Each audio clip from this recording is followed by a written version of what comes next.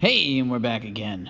This time I'm going to go through some tough quantitative solubility and Ksp questions with you.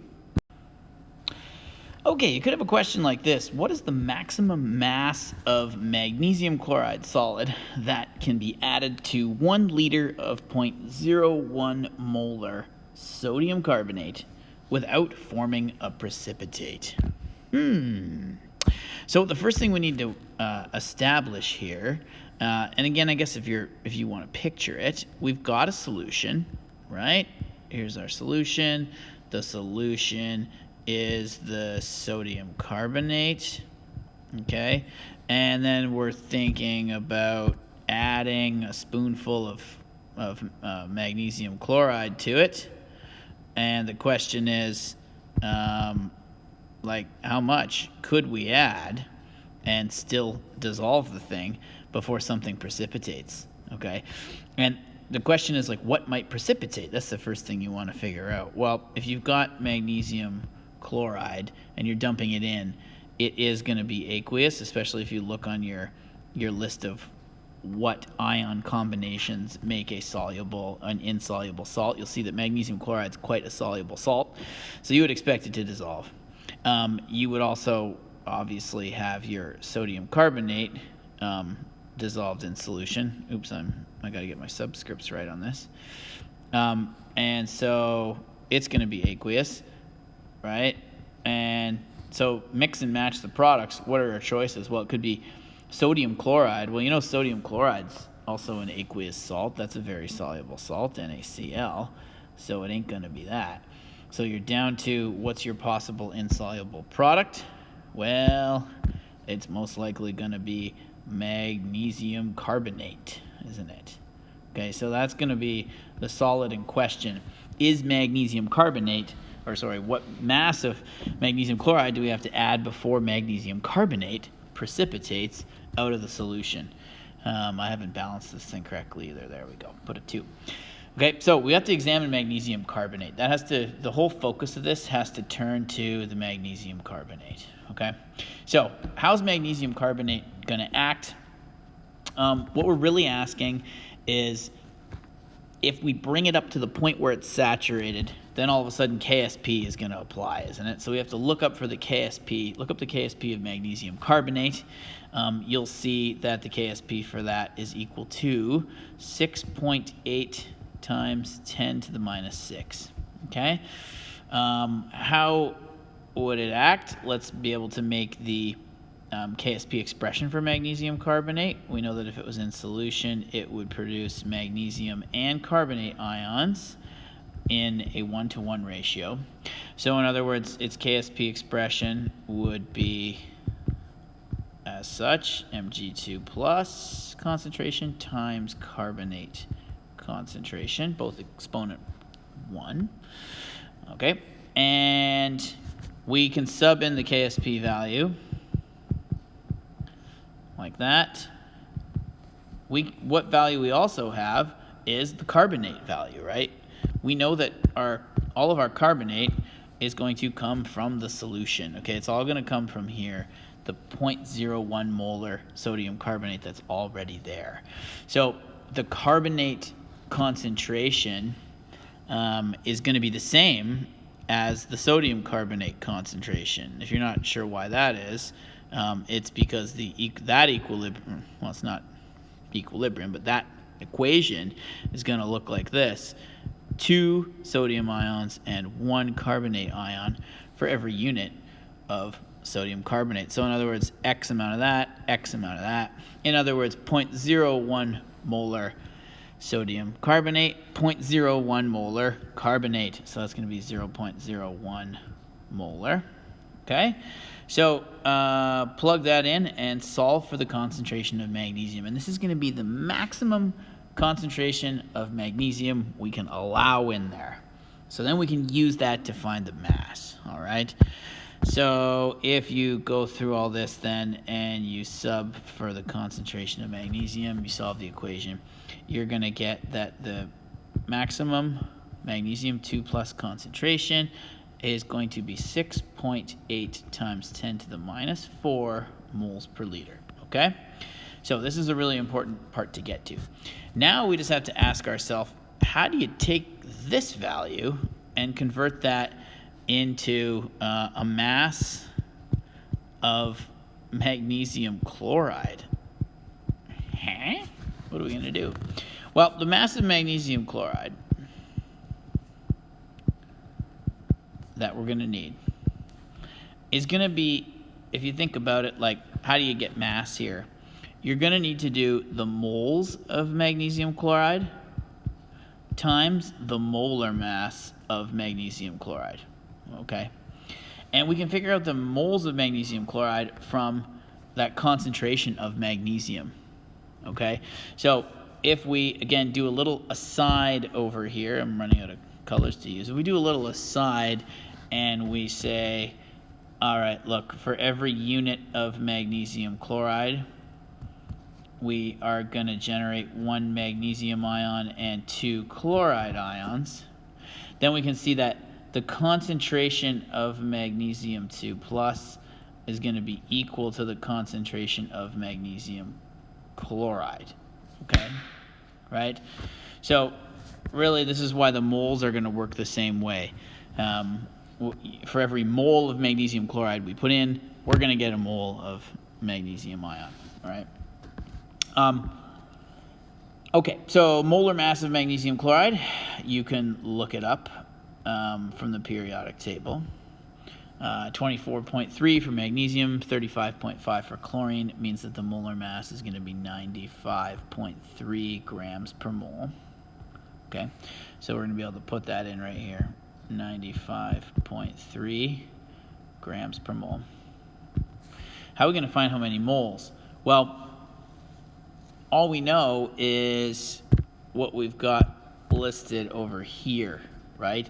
That the concentration is going to be the same. So we have concentration, right?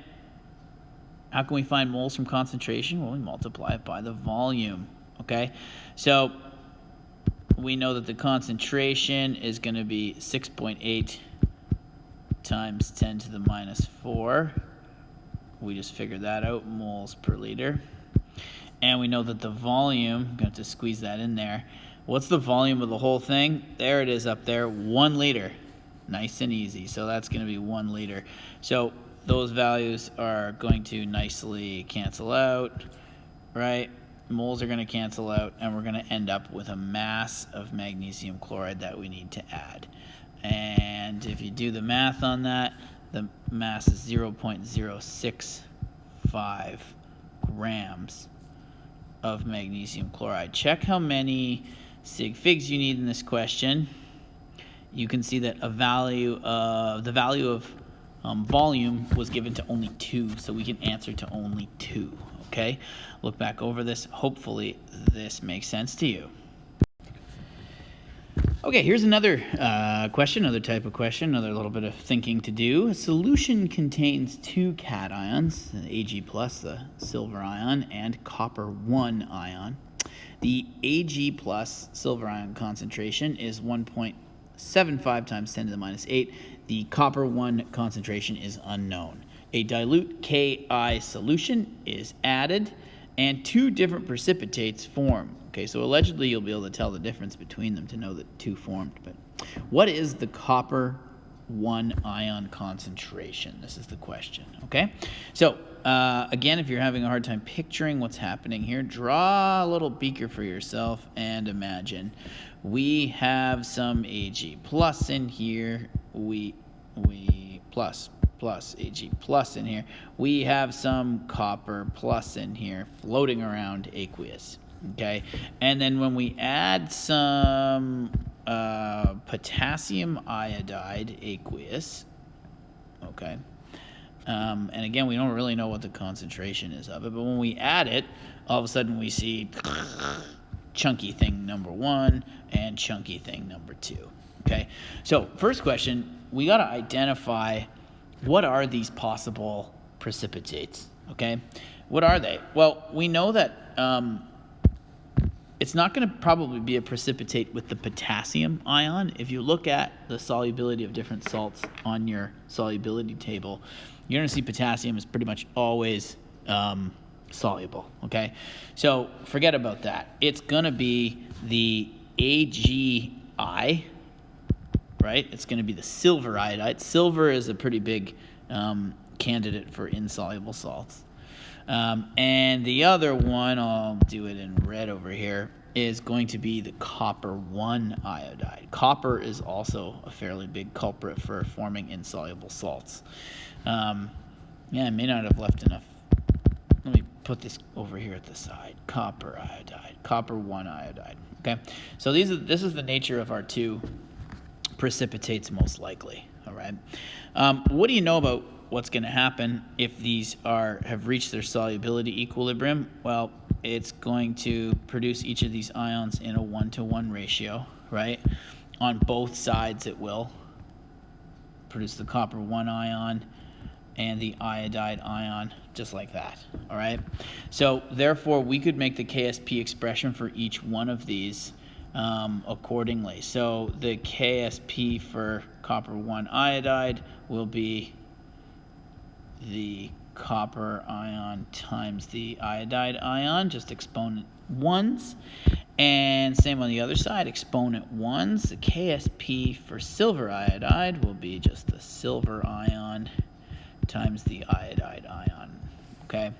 We can then look up what the Ksp values are for each of these. So for silver iodide, the Ksp is 8.5 times 10 to the minus 17. And for copper 1 iodide, the Ksp is 1.3 times 10 to the minus 12. All right? So now we've got this. What can we do with all this? Well, we can take now an ion concentration that we do have, which is that we know the silver ion concentration. And if you look at the two equations we've set up, that means we have only one variable in this blue equation, and that's the iodide concentration. So if we sub in that silver concentration there of 1.75 times 10 to the minus 8, we'll be able to then solve for this iodide ion concentration here, okay? So let's do all that substitution and do that math right there. We've got 1.75 times 10 to the minus 8, that's given in the question, and then we'll be able to solve for the iodide concentration. So if you do the math there, the iodide ion concentration is equal to 4.86 times 10 to the minus 9 moles per liter. All right? Great. Now, this is like substitution method when you've got two equations. Now that we have this, we can go ahead and substitute it in over here in this equation and solve for the copper ion, right? So away we go. Go ahead and say, well, let's isolate the copper 1 ion concentration, and we're going to sub in the 4.86 times 10 to the minus 9 over here for iodide.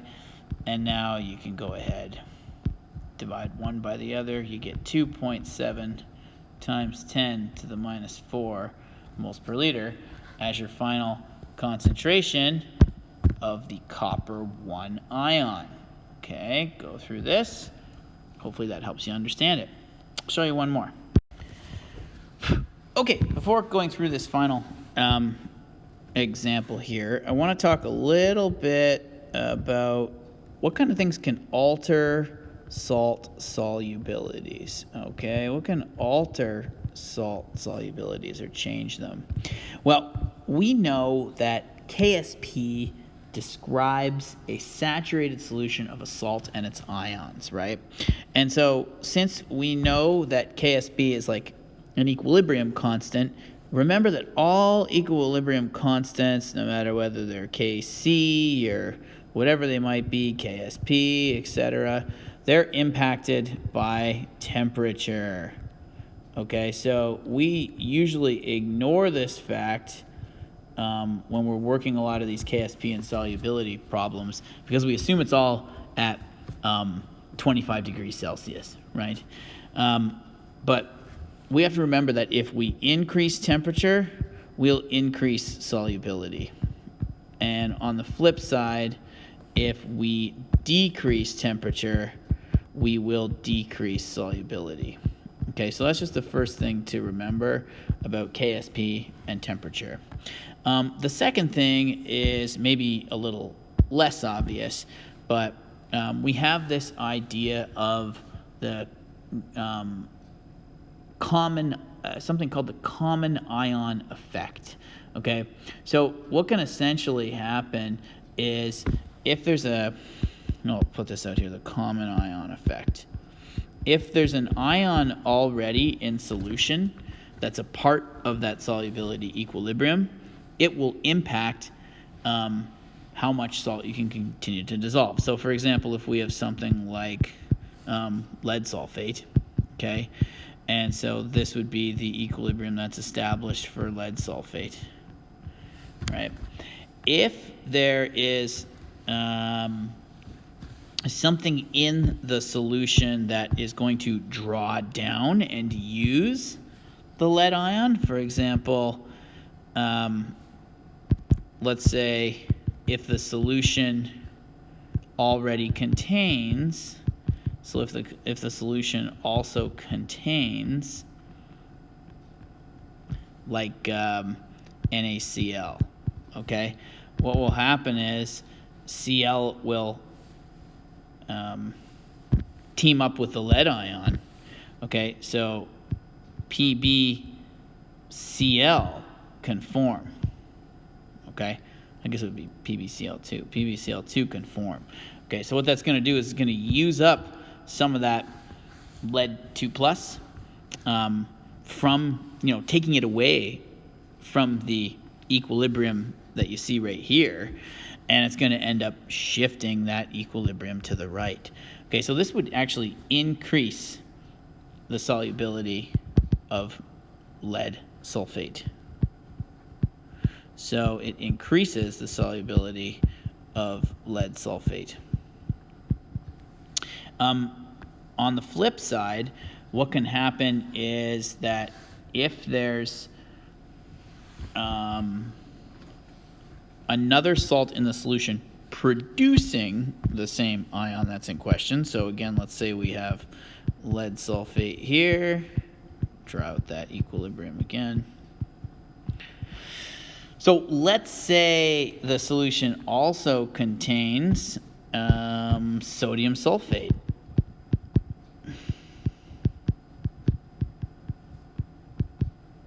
And this is like, reflecting of reality, because in reality, there's all kinds of different things floating around in a natural solution, if it's like a lake or the ocean or whatever, and even, treated tap water and everything else. If the solution contains something that has a common ion, so this is maybe a little more classic common ion effect, the sulfate ion is there, the sulfate ion is there, well, that sulfate ion could also participate in the green equilibrium here, so that one's kind of hoisted up, right? Which means, based on Le Chatelier's principle, it's going to shift this way, which means that this decreases the solubility of lead sulfate. Okay, so you got to watch out for those ions being involved in more than one solubility equilibrium at the same time. It can either increase or decrease the solubility of a given salt. Okay, here we go. Let's have a go at this one. So the Ksp of silver chloride is 1.8 times 10 to the minus 10 at 25 degrees. This would be found in your friendly neighborhood database. All right. Calculated solubility. Let's do that first. So this would be a regular old calculate the solubility of a salt type question. So this is for A. How would that salt act? Well, it's going to be what I would call a 1-to-1 type salt. It's going to produce its ions just like that. It's aqueous ions, 1 silver, 1 chloride, which means if you set up the Ksp expression, it's going to be silver ion to the 1, chloride ion to the 1. We also know that for every unit of silver chloride dissolved, we are going to get 1 unit of silver and 1 unit of chlorine.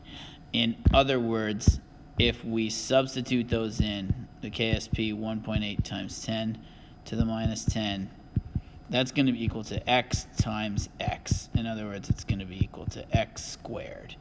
Okay? In other words, x, which is representing the solubility of the salt, will be equal to the root of the Ksp, which is the root of 1.8 times 10 to the minus 10, which would be 1.34 times 10 to the minus 5.